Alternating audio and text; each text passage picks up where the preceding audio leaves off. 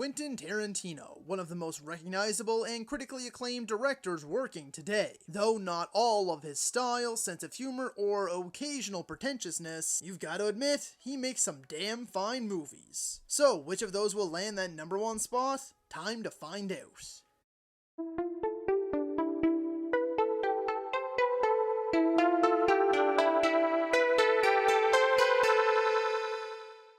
Hello ladies and gentlemen, and movie lovers of all kind, and welcome back to the channel. As always, I am your host, Brett Murphy, and for today's video, I am going to be ranking all 9 Quentin Tarantino movies. Now I know some of you might be thinking, 9? He definitely has a lot more than 9. Well, if you do recall, when the trailers were being aired for Once Upon a Time in Hollywood, it said the 9th film by Quentin Tarantino. A lot of people like to include his credits when he co-directed certain movies or specials or things like that, but we're not counting those here. And on top of that, we will be counting Kill Bill as one movie, not 2 volumes. Fun fact for some of those who don't know, when Kill Bill was being written and filmed, it was meant to be one long movie, but the studio didn't want to release that. So instead, the studio and Tarantino came to terms and they released it in Volume 1 and Volume 2 form. Now, with all that housekeeping out of the way, let's hop right into things.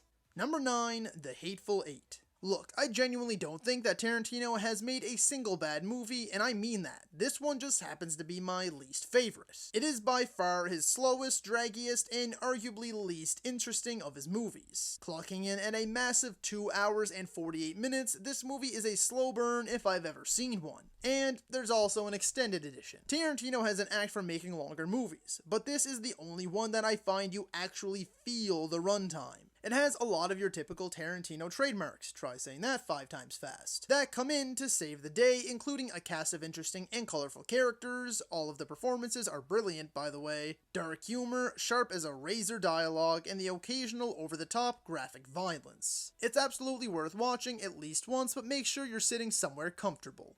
8. Jackie Brown. Only slightly edging out The Hateful Eight is this slick flick, although it is likely Tarantino's most generic. The story is one you've seen a million times at this point. It's sort of its own little double-crossing heist movie. Pam Grier is in charge here and the best she's ever been, while Samuel L. Jackson and Robert De Niro give memorable performances as always, but Robert Forster often steals the show alongside Grier with his calm and cool demeanor. This movie has been getting more and more appreciation over the past few years, and it deserves it. 7.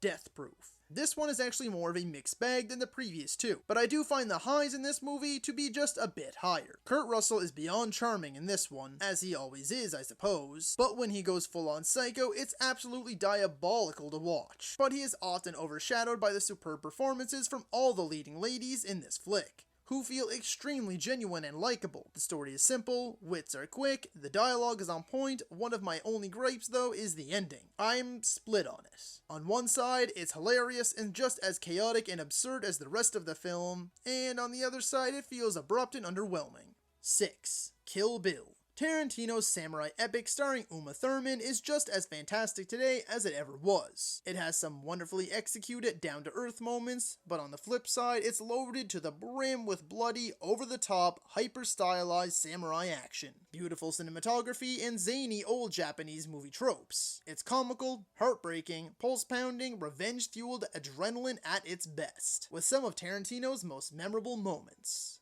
5. Reservoir Dogs.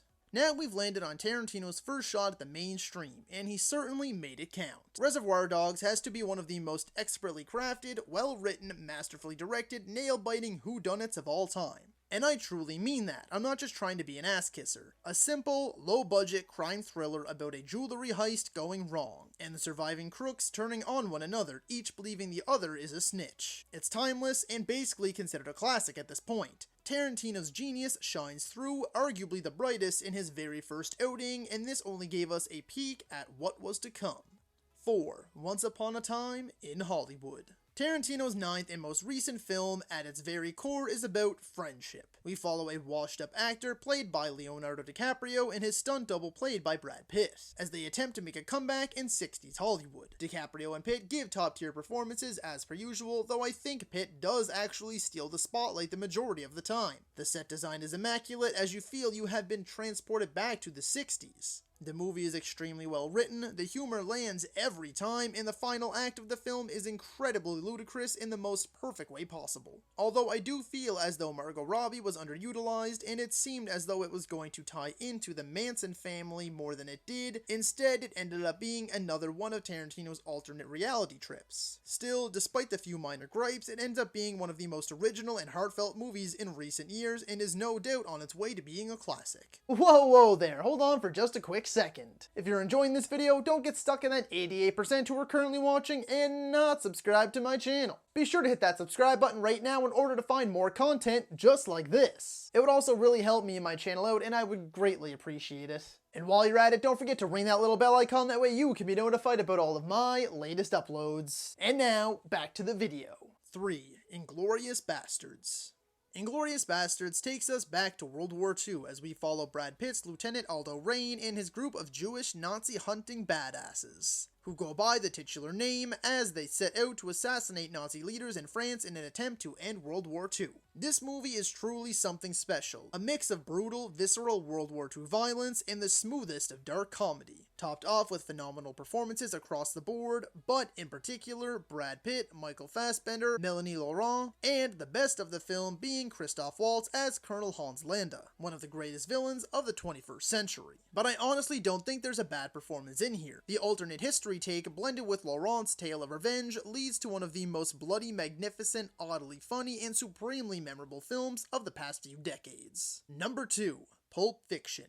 What? Pulp Fiction isn't number 1? Well, by now you must know what number 1 is, and you either love me or hate me. But regardless, let's take a second to gush a little bit about Pulp Fiction. This movie is downright iconic at this point in time, whether it's the memeable moments like John Travolta standing around not knowing what to do, unforgettable lines like basically anything that comes out of Samuel L. Jackson's mouth, moments like Uma Thurman's dance number or drug overdose, or some of its more disturbing moments like any of Bruce Willis's or Ving Rhames' story. The movie currently sits at number 8 on IMDb's top 250 of all time, and it's achieved that secret legendary status as one of the best movies ever made. And it totally deserves it. This story of multiple intertwining tales is in fact a masterpiece. And coming in at number 1 on today's list is Django Unchained. I adore this movie, top to bottom. All its highs and all of its lows, its highlights and its flaws. This movie is pure perfection to me. From the marvelous cast with career best performances from Jamie Foxx, Christoph Waltz, Leonardo DiCaprio, Kerry Washington, and Samuel L. Jackson. The story is simple enough, but packed with a healthy helping of twists and turns to keep you on your toes. Its raw, extremely brutal violence puts you right into the heart of this period piece, and it makes you uncomfortable in the way you need to be with this subject matter, but it also makes time for fast, smart dialogue, a few sly, well-timed jokes, and its fair share of hope and heart. It's an all-around movie that ticks off every box on my checklist. Not only is it my favorite of Tarantino's flicks, but one of my favorite movies of all time. So that is all for today's video, folks. Be sure to let me know down in the comments if you agree or disagree with my ranking. And feel free to let me know what you'd like to see for my next ranking video. If you enjoyed that video, be sure to hit that thumbs up button. And if you'd like to see more content, consider subscribing to my channel and ringing that little bell icon. That way you can be notified about all of my latest uploads. And as always, stay safe. Thank you so much for watching. And that's a wrap. Hey you, yeah you, if you made it this far, just know I appreciate you, and while you're here, consider hitting that subscribe button.